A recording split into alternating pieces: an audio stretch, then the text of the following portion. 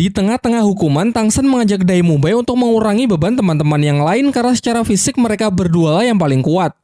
Mengingat mereka kini adalah satu tim yang harus menguatkan satu sama lain.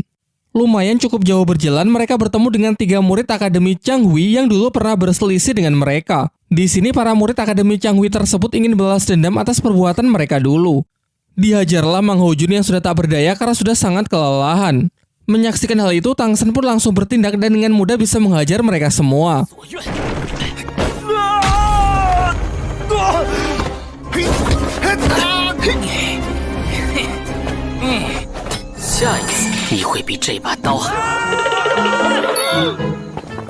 Kemudian melanjutkan hukuman tersebut, teman-teman yang lain mengambil kembali beban yang sempat dititipkan ke Tang Shen dan Dai Mubai karena melihat mereka berdua yang memikul beban terlalu berat.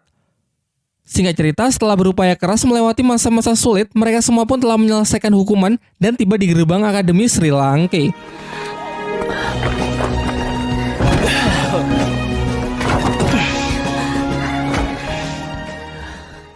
Malam harinya mereka semua pun beristirahat.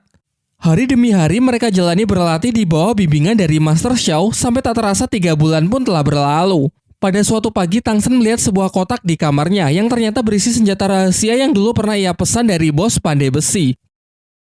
Terlihat ia sangat puas dan mengagumi senjata tersebut karena dibuat begitu sempurna hanya dalam waktu 3 bulan. Ia lalu mulai berpikir untuk memperbanyak benda tersebut untuk ia bagikan ke semuanya. Namun tak lama setelah itu, ia dikejutkan dengan kedatangan Mang Hojun yang terlihat babak belur. Mang Hojun lalu menceritakan semua kejadiannya. Bahwa tadi ia mencoba mendekati gadis yang menjadi panitia pendaftaran arena pertarungan roh, meskipun beberapa kali ditolak, ia memutuskan untuk mengantarnya pulang. Akan tetapi dalam perjalanan pulang, gadis itu diganggu oleh seorang preman mesum bernama Bule. Tentu ia pun bergegas untuk melindunginya sehingga pertarungan pun tak terhindarkan. Sayangnya Mang Hojun bukanlah tandingan dari Bule, karena si preman mesum tersebut ternyata adalah seorang master roh yang telah mencapai level 40 dan memiliki 4 cincin roh dengan kekuatan bayangan kegelapan. Perbedaan kekuatan tersebut membuatnya dihajar habis-habisan sampai babak belur. Banyak yang mengatakan kalau Bule memang merupakan penjahat mesum yang meresahkan karena sering menggoda, melecehkan, bahkan memperkaos gadis-gadis di kota. Dengan statusnya sebagai master roh level 40 membuat ia banyak ditakuti oleh warga kota. Setelah mendengar cerita Mang Hojun membuat Dai Mubai sangat emosi karena menurutnya orang-orang seperti inilah yang sangat merusak reputasi dari seorang master roh. Tang Shen yang sepakat menginisiasi agar Akademi Sri Lanka mengambil tindakan untuk memberinya pelajaran. Namun dalam masalah ini mereka berempat memutuskan untuk bertindak sendiri tanpa melibatkan Akademi Sri Lanka. Mereka pun mengendap-endap keluar asrama. Xiao yang mengetahui pergerakan mereka menawarkan dirinya untuk ikut membantu. Meski awalnya ditolak karena kasus ini dinilai sangat berbahaya, ia tetap memaksa ikut setelah meyakinkan Tang Shen bahwa ia ingin mewakili para gadis untuk memberi pelajaran preman mesum. Berangkatlah mereka berlima ke kota untuk mencari Bule. Dalam perjalanan, Mang Hojun menjelaskan mengenai ciri-ciri Bule. Seorang pria tinggi, pakaiannya dominan hitam, serta memiliki kekuatan roh pelindung berwujud 2 cakar bayangan dan sayap di punggungnya. Lalu mereka pun memulai pencarian. Sayangnya setelah cukup lama mencari, mereka sama sekali tak menemukan jejaknya. Oleh karena itu, Xiao mengusulkan sebuah ide untuk menjadikan dirinya sebagai umpan guna memancing Bule supaya keluar, mengingat orang itu sangat mesum dan menyukai gadis-gadis cantik. Rencana tersebut pun mereka jalankan. Xiao berpura-pura berjalan sendiri sementara keempat temannya mengawasi dari jauh. Dan benar saja, tak lama setelah itu Bule muncul dan berniat untuk menangkap Xiao. Sejauh ini Xiao masih memerankan dirinya sebagai gadis polos untuk melihat tindakan dari Bule. Ia lalu mencoba memancing Bule agar mengantarnya ke toko permen di dekat sini. Tentu dengan senang hati Bule pun bersedia menemaninya. Namun ia justru mengarahkan Xiao ke tempat gelap dan sepi untuk bisa melancarkan aksi mesumnya. Ketika melihat gerak-gerik Bule yang mulai macam-macam, dari sinilah Xiao mulai bertindak untuk memberinya pelajaran.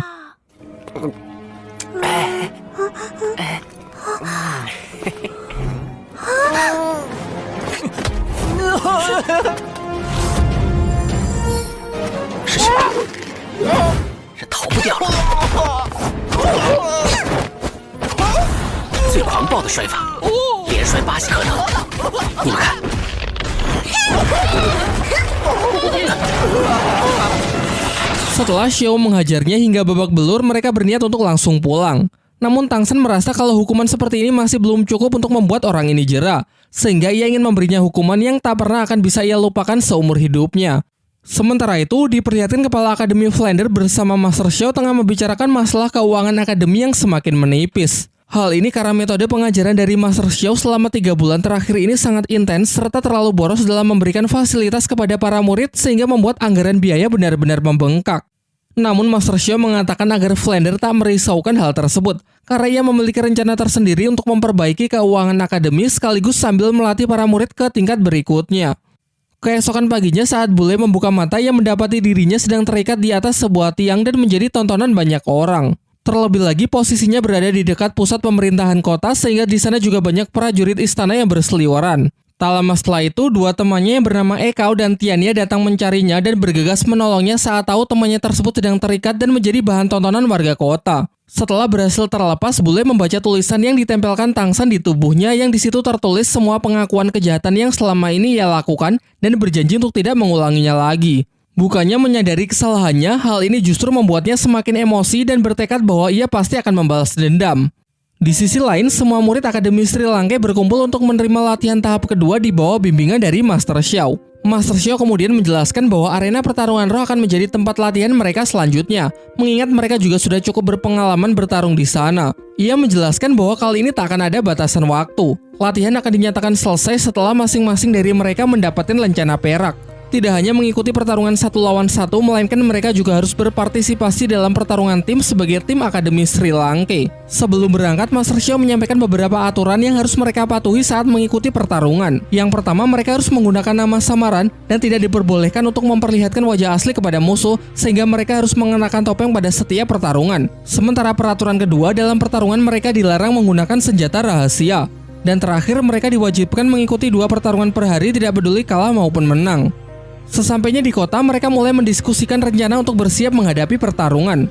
Master Xiao menyarankan agar para tipe support membentuk tim 2 orang agar memudahkan mereka memperoleh lencana perak. Oishike memilih berpasangan dengan Dai Mubai, sementara Ning Rongrong sebenarnya ingin dipasangkan dengan Mang Hojun, namun ia lebih memilih berpasangan dengan Su Ying. Setelah itu, Master Xiao mendistribusikan topeng untuk para murid agar mereka kenakan untuk menyembunyikan identitas mereka di atas arena. Dalam pertarungan tim, mereka akan menggunakan nama 7 monster Sri Lanka. Namun dalam pertarungan 1 lawan 1 dan 2 lawan 2, masing-masing dari mereka akan ia beri nama samaran. Dai Mubai menggunakan nama samaran Harimau Putih, Oishike sebagai Paman Sosis, Mang Hojun sebagai Phoenix Api, Tangsan sebagai Dewa Asura, Xiao sebagai Kelinci Iblis, Su Ying sebagai Musang Neraka, dan Ning Rongrong sebagai Dewi Pagoda. Singkat cerita, dengan masing-masing skin barunya, para murid Akademi Sri Lanka pun memasuki arena pertarungan. Pertarungan pertama dimulai oleh pasangan Tangsan dan Xiao melawan tim tikus dan kucing. Tercatat tim yang menjadi lawannya ini telah menang sebanyak 5 kali berturut-turut, sehingga tidak heran kalau semua penonton berekspektasi tinggi kalau tim Tangsan akan dibuat babak belur.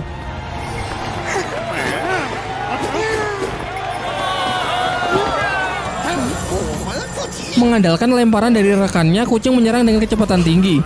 Tangsan dengan mudah menghindarinya, sementara Xiao bertugas menyerang musuh yang lain. Giliran Tangsan menggunakan tali akarnya, ia bisa mengikat master roh kucing untuk mengatasi kecepatannya. Akan tetapi rekan tikusnya bergegas datang dan langsung memotong tali tersebut. Merasa tidak punya pilihan lagi, tim kucing dan tikus menggunakan jurus andalan mereka, yakni jurus kombinasi tornado darah. Dengan memanfaatkan putaran berkecepatan super dari si tikus, terbentuklah pusaran angin yang dipertajam dengan cakar kucing dari rekannya. Sebuah teknik yang bisa digunakan menyerang sekaligus bertahan di waktu yang bersamaan. Menanggapi serangan itu, Tangsan pun menggunakan skill keduanya, yaitu tali akar parasit, sebuah teknik di mana ia mampu menumbuhkan tali akarnya di permukaan kulit target, kemudian melilitnya dengan kuat.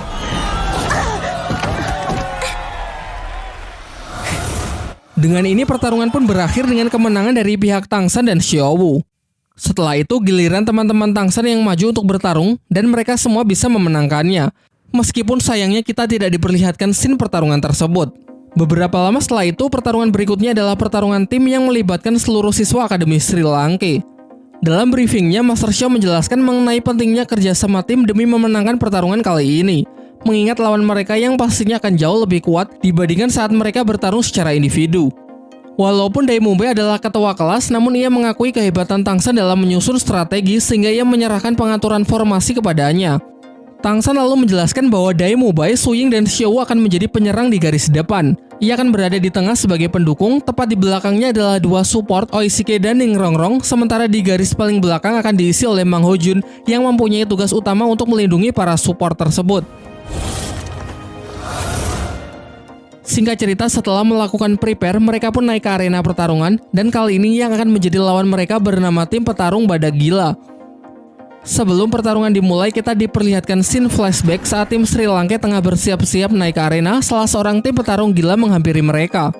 Di sini orang itu bertindak kurang sopan dengan mencoba menggoda Suying. Melihat itu, Dai Mubai yang tak terima ingin menantangnya untuk berduel. Untung saja ketika suasana semakin memanas, datang seorang panitia yang melerai kedua belah pihak. Ia mengancam kalau mereka membuat keributan maka mereka akan didiskualifikasi. Sebelum pergi, panitia itu mengatakan kepada para murid Sri Lanka bahwa yang akan menjadi lawan mereka merupakan pemegang rekor tak terkalahkan semenjak datang ke tempat ini. Selain itu, mereka juga terkenal sangat kejam. Yang menjadi lawan mereka selama ini kalau tidak mati pasti akan terluka sangat parah. Oleh karena itu, ia menyarankan jika tim Sri Lanka sudah terdesak, akan jauh lebih baik jika segera menyerah. Namun peringatan itu tentu sama sekali tak menurunkan tekad Dai Mubai dan para siswa Akademi Sri Lanka lainnya. Kembali ke masa sekarang, kini kedua tim sudah berada di dalam arena dan siap untuk memulai bentrokan pertarungan tim 7 lawan 7. Kemudian mereka pun menunjukkan kekuatan roh pelindung mereka masing-masing. Tang San menugaskan Dai Mubai untuk by one melawan ketua tim yang memiliki kekuatan roh pelindung badak hutan.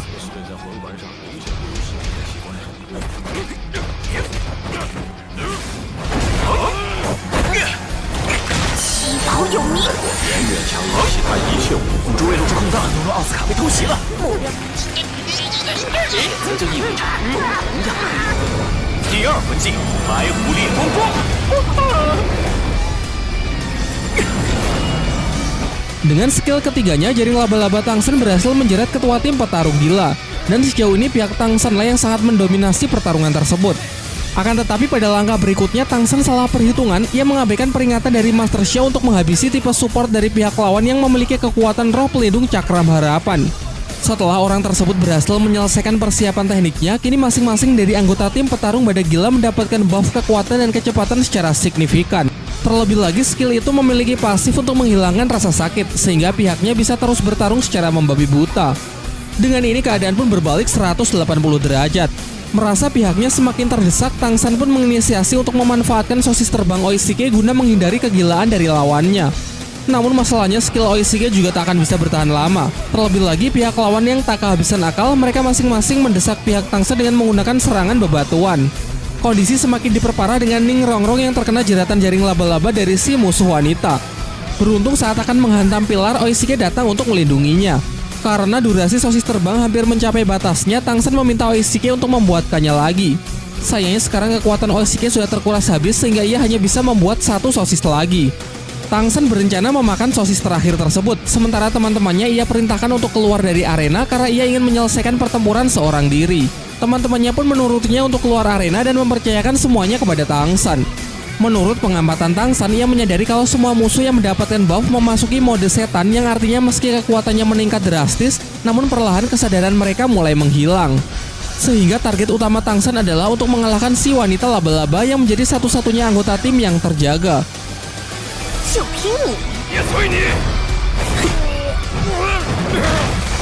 Lawannya yang sudah sangat percaya diri akhirnya melakukan kesalahan dengan menjerat Tang San menggunakan jaring laba-labanya. Tanpa terduga-duga, Tang San justru menyerap kekuatan tersebut dan menarik lawannya ke arahnya. Diikuti dengan kekuatan rumput biru peraknya yang menangkap satu persatu musuhnya lalu melemparkannya keluar arena, sehingga dengan ini tim Akademi Sri Lanka yang dinyatakan sebagai pemenangnya.